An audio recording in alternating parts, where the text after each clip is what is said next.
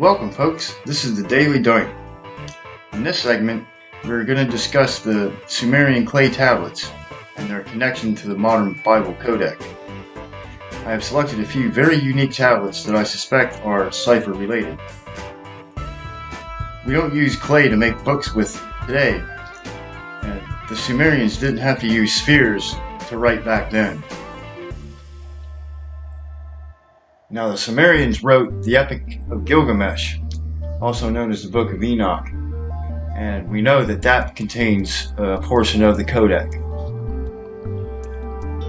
And the Epic of Gilgamesh is one of the earliest known occurrences of the Codex, the first uprising that I know of. So what I'm trying to do is establish a connection between the Sumerian lens readings that you get from the clay tablets to lens readings that you get from the Dead Sea Scrolls, and hopefully if I can do that, I can show a line of succession from the Sumerian practice of lens reading this way to the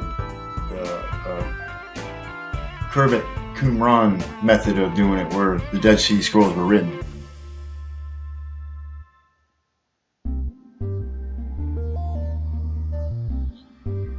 In lens point ciphering, the cipher is either cast inside the lens, or the cipher can be cast outside of the lens, as you see in these two photos. And this is going to help us understand the tablets that we're about to look at. The first thing that should become apparent to you when you look at this clay tablet is this is not a text. And because it's not a text, then you have to question, what is it? So you have to be extremely careful who you ask to answer this question, because you get a wide range of answers between enthusiasts and experts.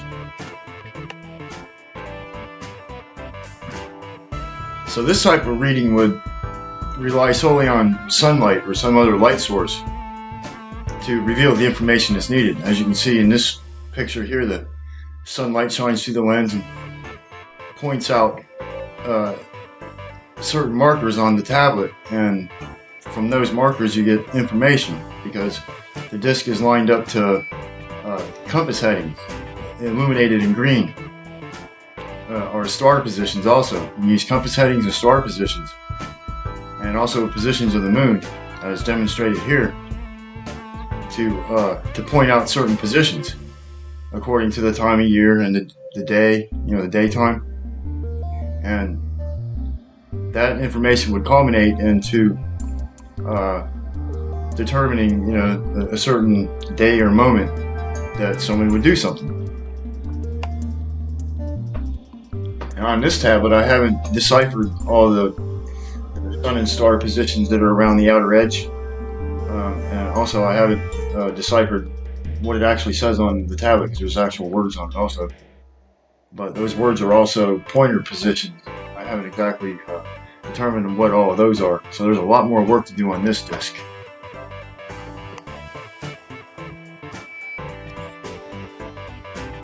So most of the answers that I developed with this device led to a lot of questions that I would ask about this orb that I discovered. And this orb is what I believe is a crop yield prediction device and a weather prediction device. You see the blank spot on the top, that's where a holder would hold it, and a shadow would cast on the orb itself at different times of the year to reveal information about the weather and about crops and things like that. Now this orb would have floated inside of a socket type holder or whatever, and that holder would have provided the shadows that cast across the object itself. What that means is that this orb is capable of delivering some astonishing predictions.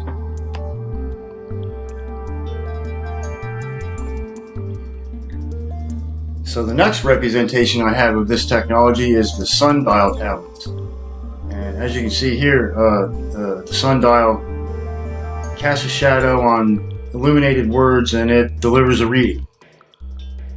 Now, I've identified a lot of this type of tablet that has the sundial hole in it with an array of pointer indications on it. What I want to do is take this information that I gained from the Sumerian tablets and apply that to the Qumran codes that came about 2,000 years later. If I've done my job right, I've adequately demonstrated how the ancient Sumerian practice of lens reading and sundial reading is the same exact practice that the more modern Qumran Bible codes are based on, with the lens reading and the use of light and shadows. Establishing a history and establishing a timeline for that history of the Qumran Bible codes is extremely important, and I believe I've discovered that it reaches all the way back to the early Sumerian tablet texts.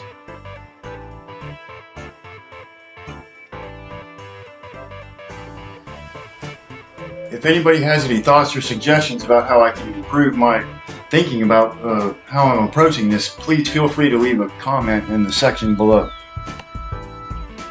Hopefully I've demonstrated to you how these things are a real possibility, that there's really something to this, and hopefully I'll be able to make more discoveries and do even more than what I have already. This has been the Daily Deint. I'm Eugene Runkus. Thank you for watching.